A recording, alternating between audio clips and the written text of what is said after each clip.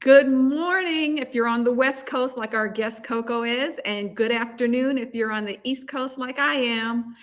Thank you for joining us at this special time today for Tuesdays with Myra, your Teen for Parents magazine. Today we're talking co-parenting. It's going to be a really good discussion because, as we said in the promo, it takes a village to raise a child, but that village begins with the two parents, and they are unique individuals who are coming at it from different perspectives. So how do we make that work so that it's best for the family and the children? Yes. Before we get into it, I just want to remind everybody that we are live on Tuesday, noon Eastern time. So if you have questions or comments, please put them in the questions or comments section and we will address them live.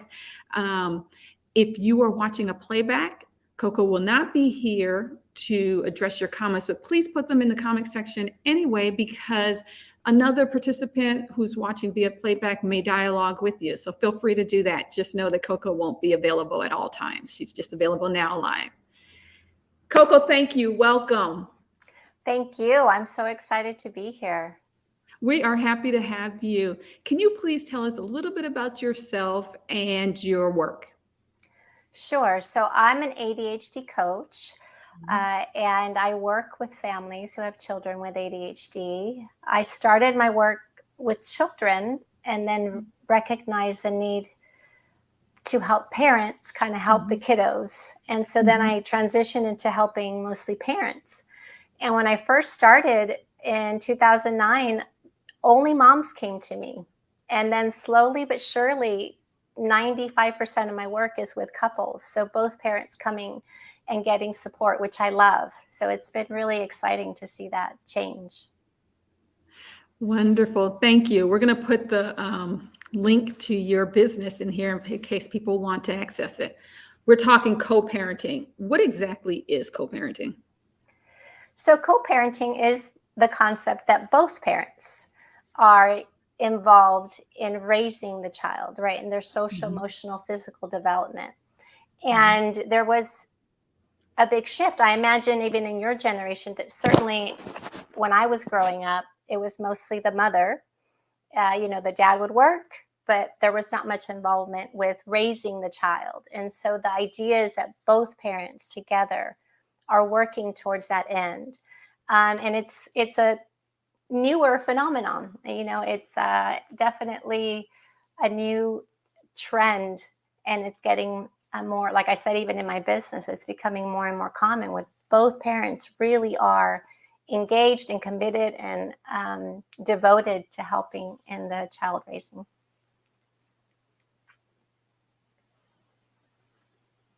What is a healthy co-parenting relationship? What does that look like? So a healthy co-parenting relationship, of course, would be where there's communication, there's clear boundaries, there's clear structures, there's teamwork.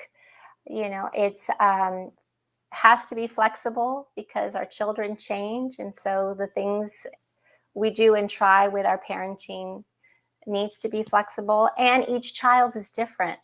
I remember thinking that the way I parent one, I could parent all, and my children are so different. So a healthy co-parenting relationship is really a team. It's a partnership, where there's that open communication where you put the team first, kind of. We're a team first because, before kids, it was you and your partner, and we forget that. So remembering that we're a team first is super important to healthy co-parenting. So remembering that we're a team first is important to healthy parenting, but why is healthy co-parenting important to our children and especially teens? Oh, yeah. Wow. There is a ton of research that shows that a two-parent home leads to so many benefits for our children. So they do better in school, they do better socially, they do better even in future relationships, they do better actually in employment and getting a career. I mean, there's a lot of really important benefits to working as a team, co-parenting, and being there for our kids. The benefits have been shown over and over and over again how having a strong team, with as parents is so beneficial for our kids. And like you said, especially our teens, because when our kids enter the teen years, when they're younger, they may not totally understand what's happening. But when we have teens, they are very clear, and it's very noticeable whether their parents, are working as a team or not, and it affects them. If there's conflict in the relationship, or if there's a different way to approach each situation, and the child is stuck in the middle, it can be detrimental. So yeah. We have a comment that I'm going to put up, but before I say that, I want to emphasize that when we're talking about co-parenting, we do mean two parents parenting children. We don't necessarily mean separated and divorced parents, although that is the part of it, and that is the popular definition of co-parenting when the parents are in separate households. But you are co-parenting even when you are living in the same household, because there were two of you, and two of you are doing the job equally, hopefully. I'm going to put up a comment. Stephanie says, it's very hard when your spouse is the passive parent and is afraid to ruffle the child's feathers. Yes, absolutely. And I think part of what we're going to talk about today is, and like you said in the introduction, we're two very different people with two very different backgrounds. And we were raised with different styles of parenting. Typically, you usually don't get two parents that were raised exactly the same. And so there's so much underneath that, right? So, but there are a few things that can work to encourage your spouse, to be more active, right? But a lot of it has to do with their upbringing too, and their triggers. So it's a very complex thing, and I can see that. I can hear that. It's one of the findings I found, which was, and what I see in my business, with my clients is, and I don't know if you want to get into this or not, but typically, because the mother has been more involved in raising children historically, of course that's changing. They tend to kind of be the ones in charge, and very possessive of the parenting, right? And so it was interesting. I read about how fathers are kind of reluctant to step in, because a lot of times, and I'm certainly guilty of this, as moms, we can nag, we can correct, we can tell them what to, they did it all wrong. And so they kind of just step back. And I noticed that in my office with the couples I work with. So a lot of it is learning to honor your spouse's approach, and to actually have that communication piece of how are you going to work it out together. And then, I'm specifically talking mom and dad, your mother and father, and then letting the father, practice and not necessarily nag or change or correct or tell them they did it all wrong, because they'll just stop. So anyway, I found that an interesting finding, and definitely what I see in my office for sure. Okay, we're going to jump into, because we promised you her 3 C's to better parenting partnerships. So we're going to jump into that. But I also want to acknowledge something that you said, that you were speaking mother and father, but we know that, I know from just anecdotal personal experience, that the same dynamics apply in same-sex relationships, Yeah. parenting relationships. It's fascinating. So Yeah. no matter the configuration of your parenting relationship, this information should help you. Absolutely. Okay, so give us your 3 C's. We're here to listen. Okay, awesome. So connection, communication, collaboration. So, and what I find, like the parent who made a comment, and like I shared with you, we start as a couple first, and then the children come. And the patterns I see in my office is that we get so busy with life.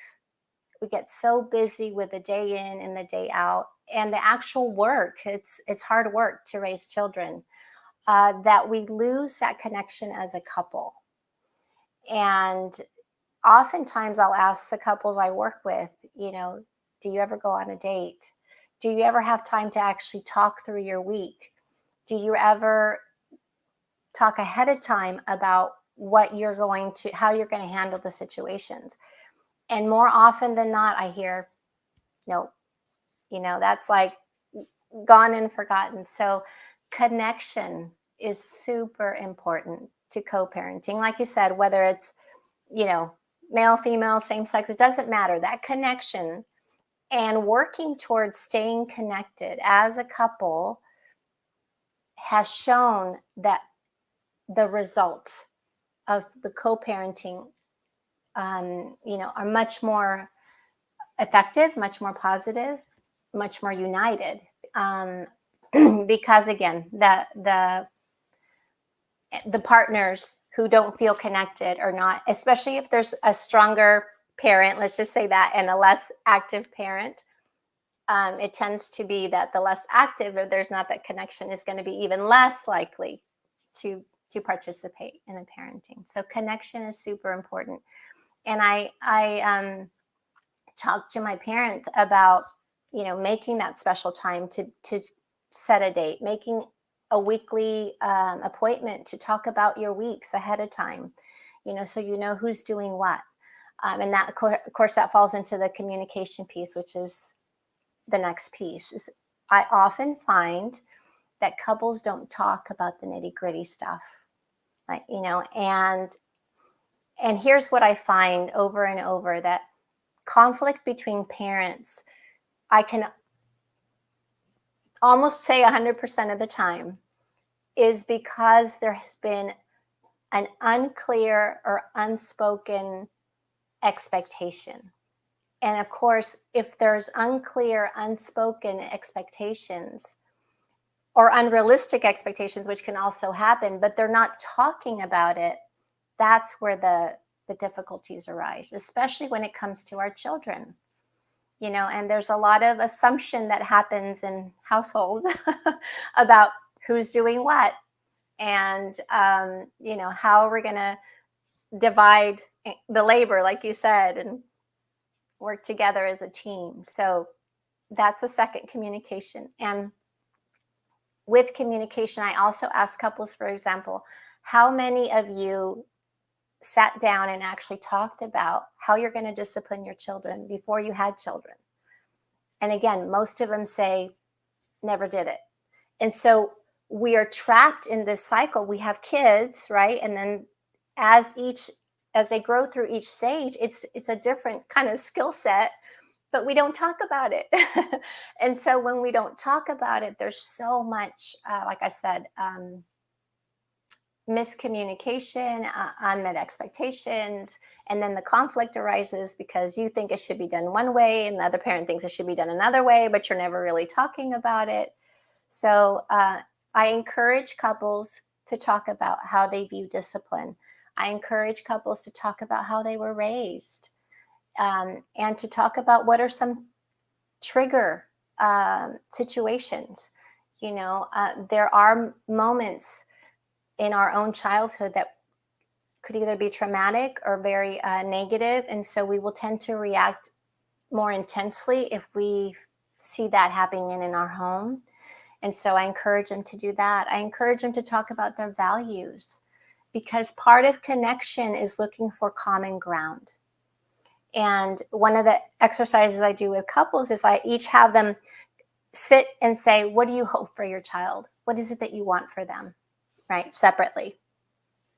And they come to me not very happy sometimes about how things are going with their parenting. And then we compare notes. And very, very often, all of us as parents want the same things for our kids, right? We want them to be successful. We want them to be kind. We want them to be responsible. We want them to grow, healthy and social and have positive impact and all of those things. And so when we can do that, you're like, oh, we do want the same thing. So that's important, finding common ground. And those are things that I find most couples don't talk about. and so important to, like I said, even with your values, when I have them do a value exercise and you recognize, oh, we have these values in common. Let's use these values as our kind of foundation for how we're going to discipline our children. Like, for example, if your value is integrity or kindness or leadership or whatever it may be, then together you build this as a family, right? So, and then the last part is collaboration, because again, you're a team, and having that idea that you're a team first and a parent second, that might be controversial, but and many, of your listeners may say that, wait a minute, and I think some of us, and I'm going to include myself in here, I think I'm a better mom than I am a wife, and I have to work at, being more, and I have had to do that, be more of remembering, okay, we're partners first, and we need to work together as a team. So collaborating, and finding win-win solutions, because we are so different. There are going to be moments where we're not on the same page, and I have this acronym that I use to help couples, which is STEP into harmony. So the S is seek first to understand. The T is then to be understood. The E is always use empathy. And then the P is problem solve to find a win-win solution. So that is super, super important when you're working to collaborate, is to really understand, your partner's point of view and practice that empathy. Again, because we're so different. We come from different backgrounds. And I often find that when there is a conflict, if you can look underneath and really discover what the concerns are that your partner has, it's easier to solve for concerns than solve for a methodology, or, like if I decide Susie, should not go or should not participate in a sport, but my husband believes it's actually really important for my, daughter to participate in the sport. Instead of fighting over whether she does or she doesn't, which is where couples get stuck, you go underneath and you talk about the concerns, right? What is it that he hopes your daughter would gain from doing that, and what are your concerns for her not to do that? And then together you actually can find a way to meet both of your concerns. So There's a lot of good stuff there. But before I even touch any of that, I see that we have some comments and or questions. So I want to make sure we get to them. Okay, let's start here. Vicky says, so true. Our kids do so better when my husband and I are working together as a team. They are happier and more cooperative. So there's a testimonial. oh, there you go. We have a couple of head nods, and then we have Vicky again. She says, communication is key. I don't always hear what my husband means, and I have to clarify. That's a point. Yeah. We have a lot of agreements with you in different parts of it. But you said a couple of things. Well, first, were you about to, it seemed like you may have been ready to say something. Were you ready to say something else? I don't want to. Oh, no. I was just, something that Vicky commented is sometimes we think we understand what our partner is saying, but unless we really sit in empathy and practice active listening, it's really amazing. It's hard to do. It's so hard to do. But when you get in the practice of repeating back and asking for clarification, did I understand this right? Is this what you really mean? Wow, it goes a long way. Mm-hmm. Yeah. I agree. It makes, especially in the beginning, the conversation will be a little awkward and it's a little stilted because you're like, okay, excuse me, was this what? But the end product is much better. Absolutely. Yes. You said a couple of things that I want to emphasize, and I love because we deal with teens here at Your Teen for Magazine, and you said that, for parenting, you'll need a different parenting skill set for each developmental stage of the child. Yes. That's Yes, important to absolutely. remember. What you did 5 years ago may not work now, and it's okay. There's not a problem with you or the co-parent or the child. It's just things are shifting. Yeah, exactly. And especially for teenagers, they're seeking autonomy. They're seeking independence. They're seeking that opportunity to um, it's genetic. We don't like it, but it's actually important that they separate. So they want to start separating from us, and it's painful for parents to see that happen. But knowing that, right? If you know that, okay, this is their stage where they're wanting to separate. They're looking for independence. They're looking for autonomy. They're looking for their voice. They're looking for their identity. So crucial to include that. Whereas when they're, 2 or 3 or toddlers or elementary, it's so different. There are our shift in from telling when they're little to guiding when they're, middle-aged, to then actually letting go. And of course, we use what we call the coach approach to parenting. So you're actually allowing them to make choices and reflect on their choices so they can learn from that. And that's very different strategy than, a 2-year-old or a 5-year-old or whatever. So, yeah. Now, conflicts are going to arise. What do we do about that? How do we handle them and problem solve when the co-parents are having a conflict? I would say go back to what I mentioned before about the step into harmony, right? So there's a conflict. Typically, this is what I find in my work. There's usually a conflict because you have different opinions on how something should be done. But underneath that opinion is a concern. And so if you can remember that, right? And the first step, S, seek to understand. So why is your partner so upset about whatever decision was made? What is it that is their concern about it? And then share your concern as to why the way it was handled. And I think something we didn't talk about, which is super important, is that in that communication piece, agreeing how we're going to disagree, right? Because part of the challenge is when our partner does something that we are not agreeing with, and then we step in or we undermine their decision in the moment. And so having that agreement ahead of time as to, okay, when you do something I am not agreeing with, how do we handle it? And then when can we come back and talk about it? When, we're both calm. Very important. Something I say all the time, in the moment is never the moment.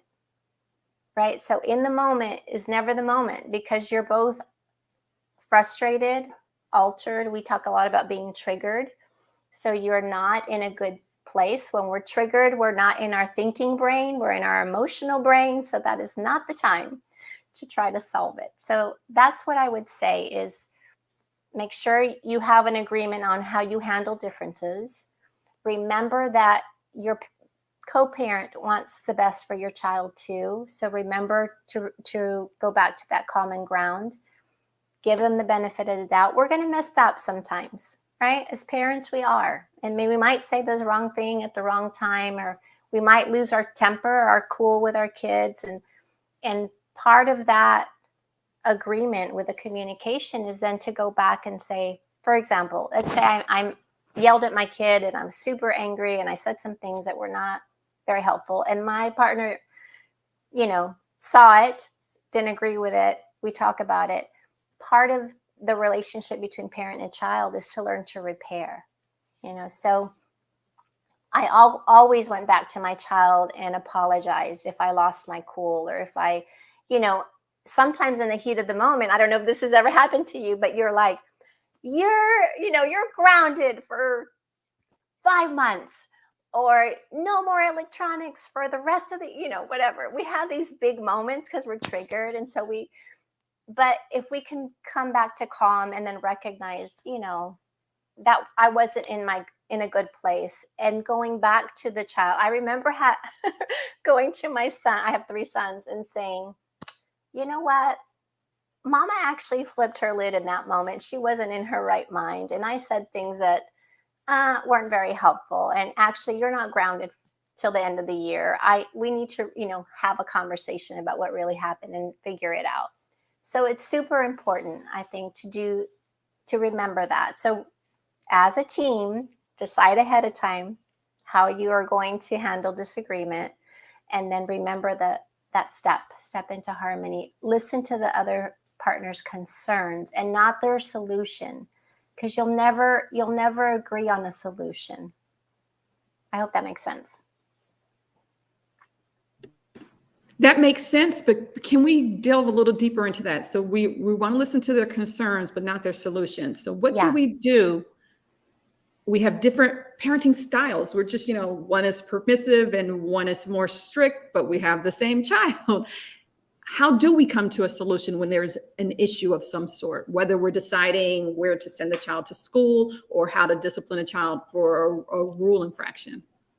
Again, it goes back to communication and talking about what are your discipline philosophies. And I talk about non-negotiables, like some non-negotiables are safety issues, right? Like these things, there's not much wiggle room in how we're going to handle this because there's safety issues. So, wearing your helmet, wearing your seatbelt, whatever it is. Safety issues are what I call non-negotiables. But I do better with examples. Do you have an example that we could kind of tease out a little bit? Well, if we let's backtrack to the difference between a concern and a solution, Okay. because that's what got me along this path. Okay. So for example, let's think of a parenting example. I mean, I work with parents every day, all day, and coming with examples, sometimes my brain doesn't, let's think of a solution. I mean, of an example. So, How about you have this is an easy one. You have multiple teens. okay. And they have multiple scheduling issues. One teen has now thrown a wrench in because they are now grounded for whatever reason. That's not Okay. our issue. So now somebody has to stay home to make sure that happens. But then you have 2 others who need to be taking places. And one parent says, stop the grounding. And the other parent says, but I'm concerned about that because if there isn't consequences for this one's actions, and the first parent who says stop the grounding says, but how are we going to drive all 3 to where they need to be? Okay. So, and that goes back to communication, and that goes back to your parenting style and agreeing, right? So, for example, I would go back to why they grounded that child. And something I teach all the time is, how did grounding that child help them do it differently next time, right? But it all goes back to that first point of the grounding. So for example, in those 2 parenting styles. So let's say my teen comes home and I find out that he ditched class today, right? Let's just say that. And that in my book is like, no, you absolutely cannot do that. You cannot ditch class. And husband says, well, let's find out the why behind it, right? And so if we have already worked as a team to decide, first we're going to seek to understand before we take the step of whatever discipline we take, then we're already now on the same page and we can decide what's going to happen. And it is important that your parenting philosophy, because like you said, if there's a permissive parent and a let's say more of an authoritative parent, right? Goes back to, how do you agree to disagree? So typically the authoritative parent is going to want to take action, where the permissive parent can let it go. It's like not that big a deal.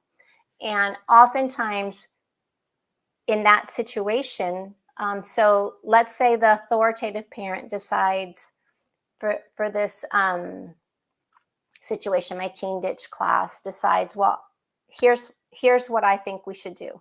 We should talk to him. We should figure out what was it that was causing him to skip class, and then figure out how together we can find the solution underneath that, the concern underneath that. Because all of children's behaviors have a reason, right?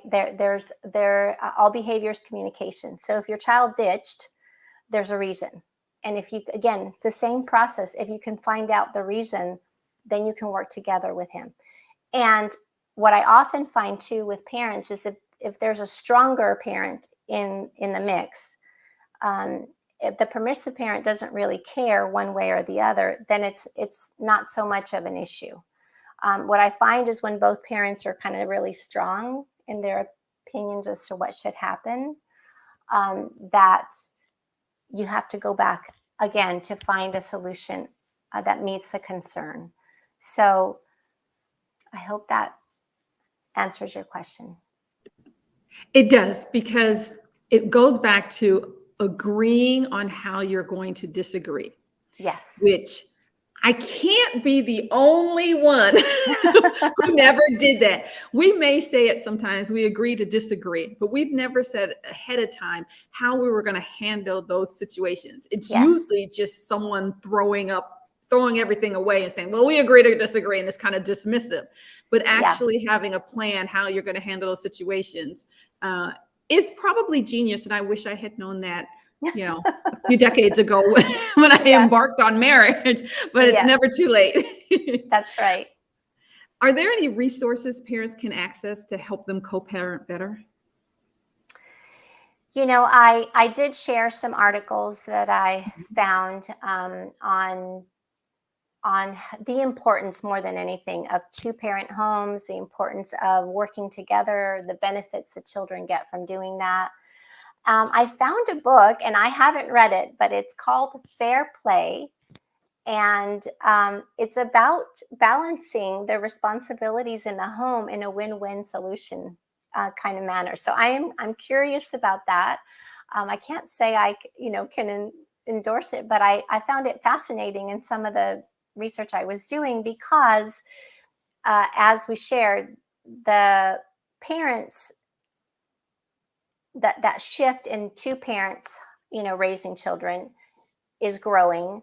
And most of the research I did was, with mother and fathers. So the dads are more involved than ever before, which I read a study that said they're quadruple the amount of time they are engaged with children than in the 60s. So that was very encouraging. But still, the division of labor still leans a little bit more on the mom's side. And so anyway, this book, the idea was, how do we actually, balance it so we both win? So those are the resources. And of course, if anybody wants to know more, we work with parents all the time to help raise their kiddos at Heart for Kids Coaching. So you can find me there. And that's what I got. If any of this sounds familiar, it's because when I was speaking with Coco, we were talking about different potential topics for our conversation. She said, the conscious parenting or positive parenting techniques really apply to co-parenting and to the two adults in the situation. And so if some of these terms sound familiar, it's purposeful. They should. That means that you're walking the same path that we are walking. And know that it's not just for two-parent households. You can be living in different households, or I know there are families out there who the co-parents aren't necessarily the biological parents. You could be helping. You can be an aunt who is very much involved in helping to raise your nieces and nephews, and therefore are co-parenting with your sibling. So you can use these Yeah. techniques still if you are that heavily involved. I know there are some grandparents who are very heavily involved in helping to raise their grandchildren along with one of the biological or adoptive parents. So don't feel as if this is a restricted audience. This is for anybody who's involved in raising it. Absolutely. Yeah. And those concepts apply, Mhm. connecting, communicating, collaborating. And I think the biggest piece, like you said, is as much as you can ahead of time, agreeing on what you're doing, how are you going to solve these situations together. So yeah. If I remember only one thing from this conversation, what should it be? What should my one takeaway be?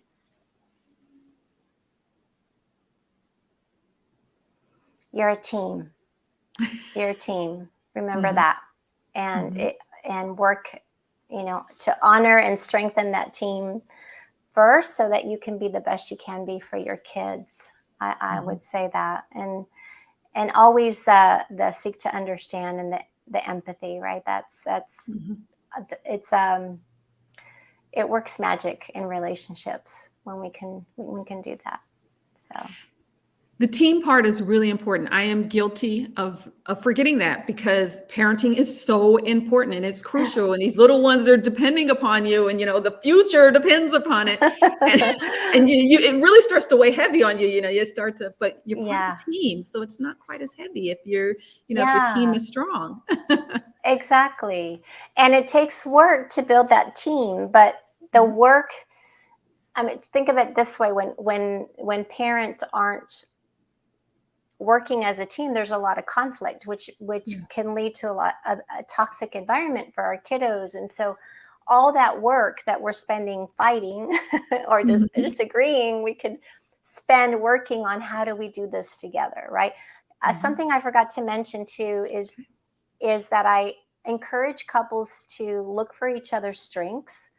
Um, we don't often think about working with our strengths in the Mhm, relationship. And mhm, for example, some parents are better at the logistics and keeping a schedule and running the household, and other parents are better at, having doing the fun part of the relationship, being the playful, being the person who spends time with our kiddos, and you can do both. I'm not saying you can't, but lean on each other's strengths. What is your partner's strength? What are they good at? And then let them lead with their strengths. And I find that super important because we're often stepping over each other, and we're often not doing necessarily what's our strength. And I remember I remember in my home getting everybody ready and out the door, that was my strength. But the nighttime routine, like, I was so done and I was ready to just like, can I just please tag team? And so we would tag team that way. I would do the morning, get everybody out, and then he would help at nighttime. And it was just helpful to have that. What are you good at? What is your strength? And how can I lean on you to do that? And you can lean on me to do the other. And so divide and conquer that way.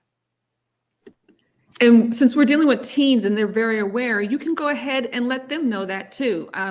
You can tell them, I tell my my kids they'll want something or some way, and I'll say, "Are you new? Have you just joined this family? I am not the parent for that. You need to go over there for that. That parent is good at that." I'm hoping that it helps. Well, one, and that it helps them recognize that we acknowledge we have different strengths, but Yes. also that they'll go into relationships, whether they're professional relationships or romantic relationships, whatever, realizing that it's okay to say somebody else is better at that. Oh yeah, that's so important. And it shows, like you said, you're working as a team, and that your strengths, and that your partner's strengths, and that and it's okay that you don't do everything. One partner doesn't do everything, and that you don't have to, you know, um, yeah, step on each other. I think a lot, trying to do what you're trying to do with your kiddos. Yeah, for sure. My husband has a humor department. That's not my department. He can make fun of stuff. He can make light of stuff. he's also the logistical guy. He can find, answers to anything we need to solve. So anyway, it really does help to be that team. And teens, I think, because they are finding and discovering their own kind of who am I and their own identity, and wanting that kind of, like I shared, independence and separation, it helps so much for them to see, what does a co-parenting look like? What does that look like, and how would it work if that was in my future? And so when we work as a team, it's just something so positive they take with them. Thank you, Coco. This has Oh, been thank wonderful. you. Thank you for sharing with us.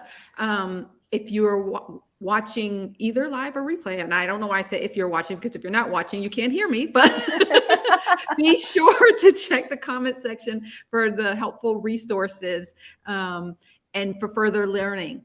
Join us tomorrow. We'll be back at 10:30 a.m. It will be Coffee with Jen and Sharon, where they will share a parenting issue or topic of the day. They're usually a little more lighthearted and fun. So please join us for that, 10:30 a.m. Eastern Time on the Your Teen for Parents YouTube channel, Twitter account, or Facebook page. Again, thank you. We appreciate you're very you welcome. being with Thank us. you for having me here. All right.